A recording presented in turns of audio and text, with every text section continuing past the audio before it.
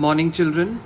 This is Act 4, Scene 1, and we are at page number 71, Oxford edition. What you see in front of you is page number 72, but I presume all of you have your books and your pencils with you yourself, and let's begin. So, a short prelude to the upcoming dialogues when Ariel enters the stage. Prospero has been intention to think about the conspiracy, the conspirators like Caliban, Trinculo, Stefano, and others have hatched against him, against his life, and so he wants to walk a little in order to soothe his beating mind, in order to soothe his tensed mindset. Having heard that, Miranda and Ferdinand, without having an inkling of what's going on behind Prospero's mind, give him a place and a room for relaxation, and they go inside the cave to repose. That is exactly when Prospero invokes his right-hand spirit, the most potential good spirit, Ariel. When Ariel enters the stage, he addresses Prospero in that same obedient manner in which he does, and he says, "Thy thoughts I cleave to." Cleave is clinch, stick to. I stick to your thoughts, I clinch to your thoughts, because the moment you think of me, I'm there. So what's thy pleasure? So what can I do to pleasure you? What is your pleasure mean? What is your whim? What is your desire? Or what can I do as a slave, as a servant to pleasure you, to make you happy? Spirit, we must prepare to meet with Caliban. We have to now meet with Caliban. It's time. I, my commander, my master, yes. When I presented Ceres, when I had presented the beautiful illusory mask to serenade the marriage of Ferdinand and Miranda, and precisely when I was presenting this character called Ceres, because we know the director of the entire mask had been Ariel. So when I presented Ceres, I thought to have told thee of it. Thee is you. I thought of telling you about it. It means about meeting with Caliban. But I was afraid lest I might anger thee. That is, I was afraid lest you would be angry because it would be a disturbance in between the mask and the illusion. So I didn't do that. So Prospero wants to know, say again, tell me again, where didst thou leave these wallets? Where have you left those wallets? Wallets are villains and rogues. What is the meaning of wallet? Villains and rogues. Okay, this should not be confused between valets. V-A-L-L-E-T. Valet is a servant, is a assistant who helps you with parking or helps you to take your things, especially male servants, male slaves, side by side, male slaves and assistants. So this is varlet, this is villain. So where have you left those villains? He refers to Caliban, Stefano, Trinculo here, as of now. Ariel replies, I told you, sir, they were red hot with drinking. I had told you, sir, that they were red hot with drinking.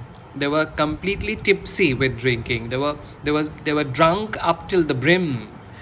So red hot is red in the face and inflamed since they had too much of drinking, So they were completely inebriated with that.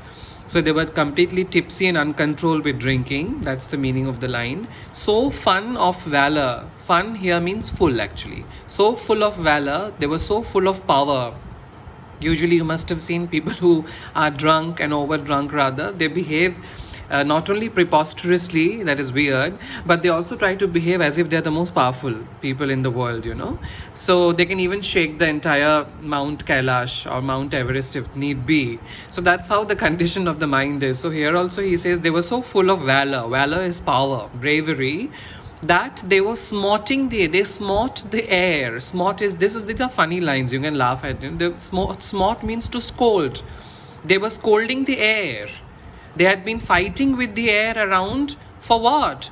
For blowing at their faces, for breathing in their faces. Will you now shout at air that why is the air touching you?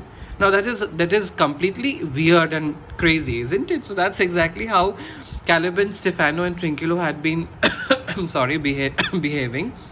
So he says that they were so full of valor because of being red hot with drinking that they were fighting with the air for breathing on their face. That's number one. Number two, They were also so full of follow that they were beating the ground for kissing their feet. They were beating the ground. They were kicking the ground because the ground was touching them. Now, can you really kick the ground with anger because it's touching you? Do you have any other place to walk? Can you walk against the gravity? You can't. So that's like, this is what makes it funny, So a couple of dialogues can be treated as a comical interlude in the play here. Like this dialogue, I feel it really is a good kind of a humor. It's not a slapstick humor, slapstick comedy, which Elizabethan era was famous for, because our level of humor has advanced a lot, children, isn't it? So we laugh at more refined and more hilarious jokes, but there that time, so it changes with era to era. We cannot blame them or they cannot blame us for that matter.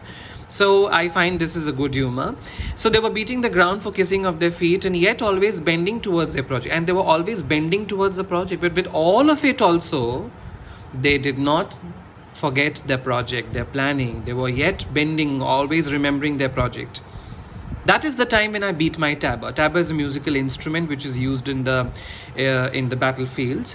I started playing the tabor, towards which, when they heard it, like unbaked calls, unbaked is untrained, unbroken young horses, untamed, untrained young horses, they pricked their ears.